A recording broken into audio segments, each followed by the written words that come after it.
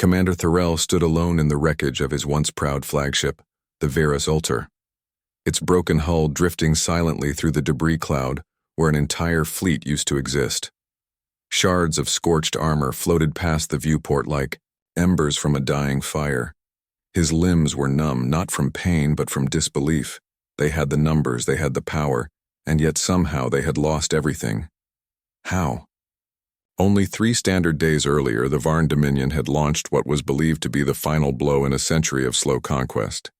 The humans were the last holdout, a single, stubborn species nestled in their Terran sector, surrounded on all sides by systems that had already been bent or broken under the Dominion's might. The invasion was mathematical, not strategic. 77 Dominion warships, hundreds of strike craft, 2 Titan-class dreadnoughts. Against what? A backwater planet with a handful of orbital platforms and maybe a dozen aging cruisers. Thorell had expected a short campaign, decisive, clean, but nothing had gone as expected. The moment the fleet reached Earth's orbital edge, the human ships responded. Not by retreating, not with negotiations. They came forward.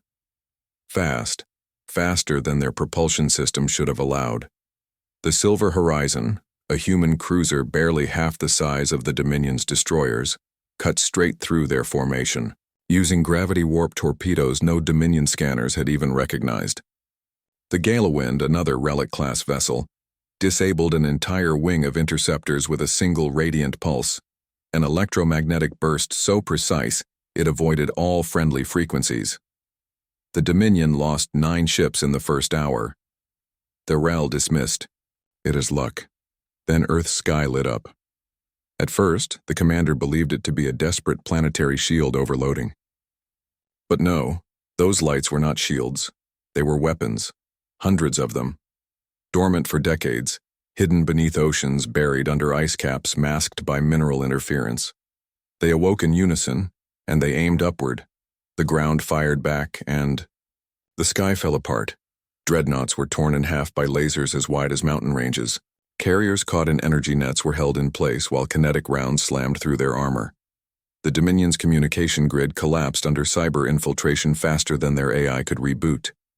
Internal comms played only silence, or, worse, distorted voices whispering coordinates and countdowns before explosions. By the second day, the fleet was halved. Thorell ordered a retreat, but there was nowhere to go. Every escape route was cut off, not by ships, but by drones. Millions of them, microscopic, automated, swarm-capable. They tore through engines, infected life support systems, and in some cases, vanished ships entirely. One moment a vessel stood intact. The next it was gone, replaced by a black mist of particles. Thorell remembered staring at the tactical map, watching as red icons winked out one after another, until only a few blue lights remained. Human ships, untouched, still closing in. The humans never broadcast demands. They never declared war. They simply came. And when they did, they left nothing behind. Now, as the Varus Ultor drifted, broken, Thorell listened to the last recording taken before the bridge was evacuated. They were supposed to fall, said one of his lieutenants. We had them surrounded. We had the numbers, Thorell had replied, a second before the comms blacked out. And then, but they took everything. The words repeated in his mind like a curse. Earth had not won with size or speed or luck. They had won with fury honed by restraint.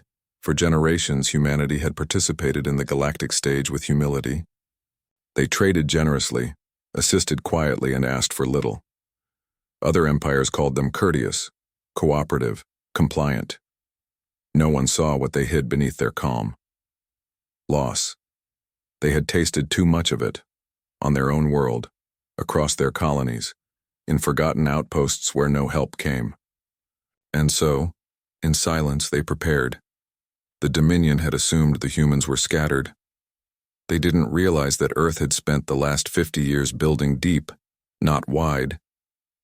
Their fleets were not flashy, but they were invisible to Dominion sensors. Their weapons were not loud, but they struck faster than sound. Their tactics were not traditional, but they were absolute. Thorell had served the Dominion for over 80 cycles. He had crushed revolts, subjugated planets, raised entire moons for less resistance than what Earth had shown. But Earth had done what no other species ever had. They hadn't just survived. They had erased the invaders, and now, floating in the vacuum, Thorell realized the truth that would shake the stars. The humans hadn't just fought for their survival. They had fought for their memory.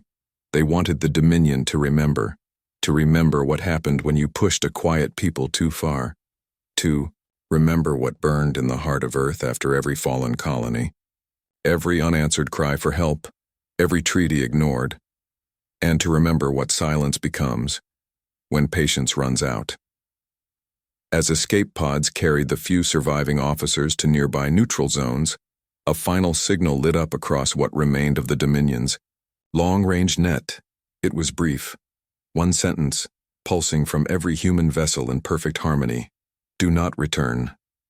Thorell watched as Earth slowly faded from view behind shattered glass, no longer a blue dot in the distance.